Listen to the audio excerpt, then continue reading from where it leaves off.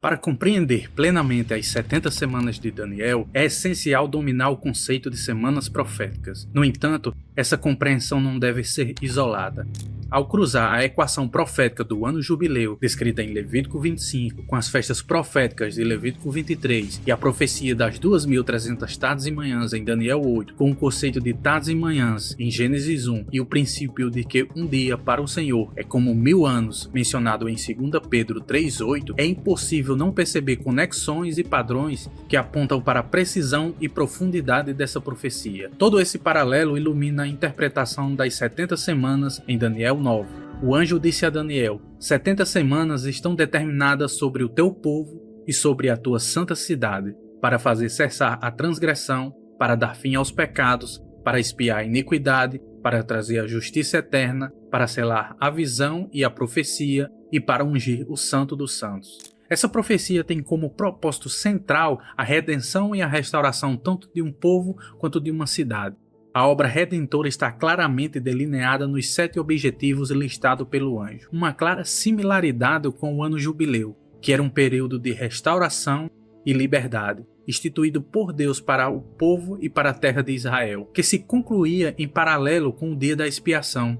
Contará 7 semanas de anos, 7 vezes 7 anos, de maneira que os dias das 7 semanas de anos te serão 49 anos. Então, no mês 7º, ao 10 do mês, fará passar a trombeta vibrante no dia da expiação. Fareis passar a trombeta por toda a vossa terra. Portanto, as 70 semanas de Daniel herdam o mesmo princípio. Cada semana corresponde a 7 anos. Assim, o período total é de 490 anos e será também finalizada no dia da expiação. Diferentemente do ano jubileu, cuja contagem acontecia de maneira ininterrupta, as 70 semanas seguem um padrão distinto. A primeira etapa começa com a ordem para reconstruir Jerusalém. A segunda etapa vai da continuidade da reconstrução até a morte do ungido. E a última e mais controversa semana de anos. Quando ela acontece? Muitos interpretam que a última semana começou com o batismo de Jesus, com a metade da semana marcando a sua morte e o fim coincidindo com o apedrejamento de Estevão.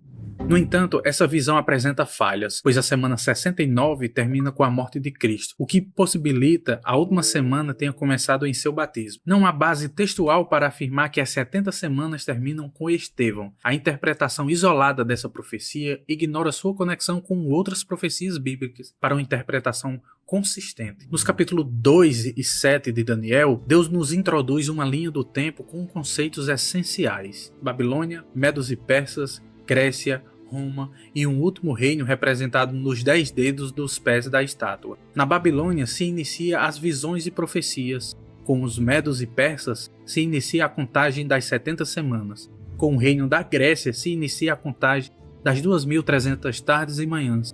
E no Império Romano, Jesus inicia o cumprimento das 7 festas do Antigo Testamento. A profecia das 2.300 tardes e manhãs é como o ventre da estátua de Nabucodonosor. Assim como o ventre conecta as pernas e braços, as 2.300 tardes e manhãs funcionam como o eixo central que conecta as 70 semanas com as festas proféticas. Essa conexão torna-se ainda mais clara quando entendemos o vínculo que Deus estabelece entre tardes e manhãs e Gênesis 1. Onde a expressão é usada pela primeira vez para descrever a criação do mundo. O conceito de tardes e manhãs, introduzido em Gênesis 1, transcende a mera descrição cronológica dos dias da criação. Ela estabelece um paradigma profético, no qual cada dia simboliza um milênio. Esse padrão é reforçado em 2 Pedro 3,8, onde um dia é comparado a 1000 anos. A profecia de Daniel 8, que menciona 2.300 tardes e manhãs, confirma essa simbologia ao converter o período em anos, iniciando no contexto grego helenístico e culminando no fim dos 6.000 anos da história humana. Esse padrão reflete diretamente a narrativa de Gênesis 1, onde a sequência de tardes e manhãs é finalizada propositalmente no 6º dia da criação. Essa conversão é essencial para compreender o significado da purificação do santuário mencionado na profecia e sua conexão com o restante das Escrituras. Por exemplo, Oséias 6,2 diz: depois de 2 dias nos revigorará, ao 3º dia nos levantará, e viveremos diante dele. Isso prediz a purificação do santuário ao terceiro dia, após os 2000 anos de tardes e manhãs proféticas contados a partir da primeira vinda de Cristo. Essa conexão é ainda mais enriquecida em João 2,19, onde Jesus declara: "Destruí este santuário e em 3 dias o reconstruirei." Aqui Cristo se referia ao seu corpo como verdadeiro templo. Sua ressurreição ao terceiro dia não apenas cumpriu essa palavra, mas também estabeleceu base escatológica para a ressurreição e a purificação da igreja, que se torna o novo santuário onde Deus habita pelo Espírito.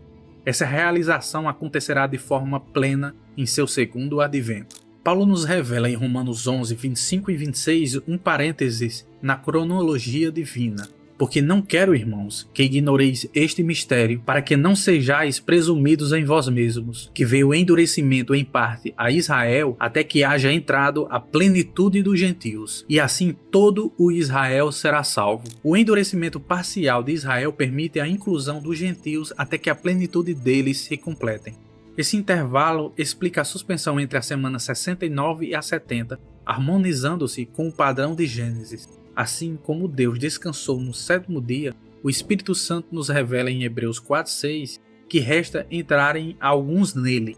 Então há um tempo designado para que a seara amadureça e a colheita de Apocalipse 14, do 14 ao 16 se cumpra. Jesus veio ao mundo no 4º milênio para realizar a troca de alianças, substituindo a antiga ordem sacerdotal de Arão, descrita como fraca e inútil em Hebreus 7,18, para introduzir uma nova e superior aliança, segundo a ordem de Melquisedeque, como declara o autor de Hebreus. Agora, com efeito, obteve Jesus ministério tanto mais excelente, quanto é ele também mediador de superior aliança instituída com base em superiores promessas. Porque se aquela primeira aliança tivesse sido sem defeito, de maneira alguma estaria sendo buscado lugar para uma segunda. E de fato, repreendendo-os, diz: "Eis aí vem dias, diz o Senhor, e firmarei nova aliança com a casa de Israel e com a casa de Judá." Hebreus 8, do 6 ao 8. No verso 10, a promessa é reafirmada, porque esta é a aliança que firmarei com a casa de Israel depois daqueles dias, diz o Senhor. Na sua mente imprimirei as minhas leis, também sobre o seu coração as escreverei, e eu serei o seu Deus, e eles serão o meu povo. Essa nova aliança com a casa de Israel e com a casa de Judá, mediada por Cristo, o sumo sacerdote, foi profetizada em Oséias 1:11 e amplamente explicada pelo apóstolo Paulo, que o chamou de mistério de Cristo. Compreender esse mistério é fundamental para elucidar muitas questões, incluindo a identidade do povo de Daniel mencionado na profecia das 70 semanas e como nós gentios nos incluímos nela. Para uma abordagem mais detalhada sobre como Paulo entendia e explicava o conceito, recomendo assistir o vídeo Como Paulo Entendia o Corpo de Cristo, disponível nesse canal. Ao iniciar o ministério sacerdotal da Nova Aliança no período do Império Romano, Cristo estabeleceu um novo precedente. Ele se tornou a única oferta pelos pecados, abolindo a necessidade de sacrifícios contínuos, inaugurando o cumprimento das 7 festas do Antigo Testamento. Na Páscoa e nos Asmos, sua morte foi o cumprimento profético. As primícias foram realizadas em sua ressurreição. Com sua ascensão aos céus, enviou o Espírito Santo no Pentecostes. Esses eventos marcaram os cumprimentos associados a seu primeiro advento. De forma semelhante, os primeiros acontecimentos das 70 semanas concatenaram com sua primeira vinda. Já a segunda etapa das 7 festas e a última semana das 70 semanas de Daniel estão vinculadas à segunda vinda de Cristo. Esse paralelo se estabelece da seguinte forma: as 7 trombetas de Apocalipse antecedem o dia da expiação, que por sua vez está vinculado à festa das trombetas. Após o soar dessas trombetas se cumprirá plenamente a festa da expiação, momento em que Cristo, na qualidade de sumo sacerdote celestial, sairá do verdadeiro tabernáculo, para proclamar a liberdade definitiva do pecado e o descanso prometido. Esse ato marcará a conclusão de sua obra intercessora e a inauguração do reino milenar. Na lei mosaica, quando o sumo sacerdote deixava o Santo dos Santos, lugar onde repousava a Arca da Aliança, os pecados do povo de Israel eram expiados.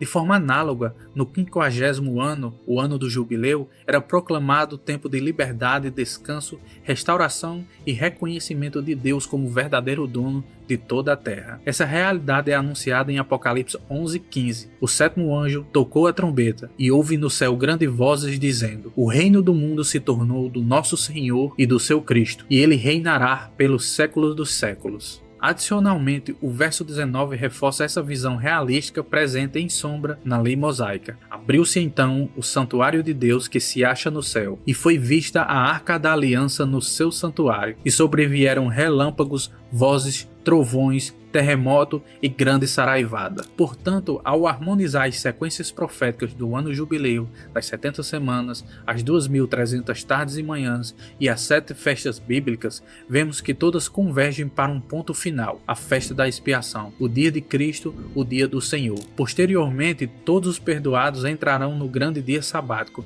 o 7º milênio descrito em Apocalipse 20, os 1000 anos que representam a realidade profética da festa dos tabernáculos, o descanso prometido, como nos adverte o escritor de Hebreus. Porque em certo lugar, assim disse no tocante ao 7º dia, e descansou Deus no 7º dia de todas as obras que fizera.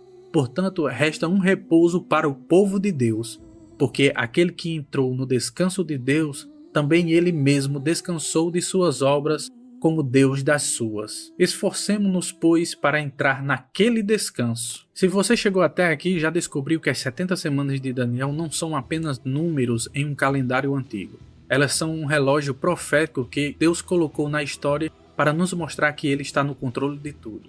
E o mais incrível é que essa profecia não está sozinha.